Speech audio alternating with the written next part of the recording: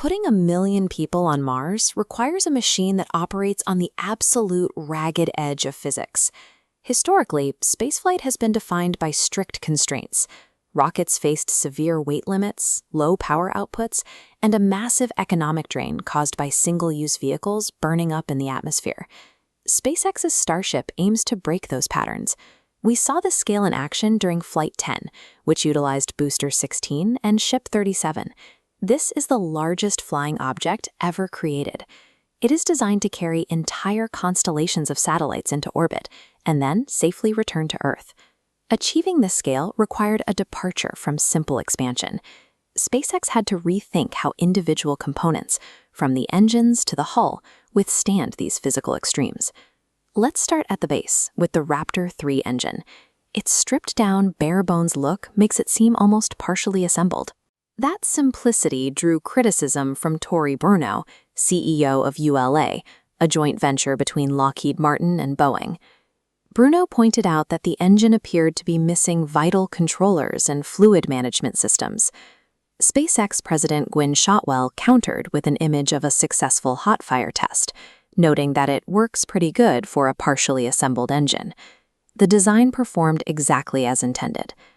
The secret to that simplicity is optimization. SpaceX eliminated the external plumbing entirely, integrating those fluid channels directly into the engine wall to protect them from the heat of launch. This chart shows the immense generation-over-generation jump in power. Thrust rises from 185 tons in Raptor 1 up to 230 tons in Raptor 2 and reaches 280 tons per engine in the new Raptor 3. Total power is only one metric.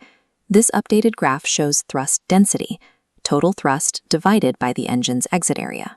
When accounting for size, Raptor 3 officially surpasses the efficiency of the legacy space shuttle and NASA's SLS boosters. Reaching that level of thrust density is the specific technical requirement for lifting the heaviest payloads in human history off the launch pad. So, if you have all that power at the bottom of the rocket, what are you actually carrying at the top? If you're enjoying this deep dive, take a second to like this video and subscribe to the channel. When we look at the official user's guide, the uncrewed payload configuration features a smooth, continuous aerodynamic profile, which differs from the windowed crewed version. The internal capacity is significant. The schematic details a 9-meter outer diameter, leaving an 8-meter dynamic envelope purely for cargo. To deploy cargo in orbit, the vehicle relies on a massive clamshell structure where the entire payload fairing opens into space. The internal payload adapter then tilts outward, allowing multiple satellites to safely separate clear of the vehicle. This capacity removes the payload constraints of previous generations, allowing operators to launch entire satellite constellations in a single flight. The system is only viable if the hardware returns to Earth economically. Flight 10 demonstrated this recovery process with successful soft splashdowns in the ocean.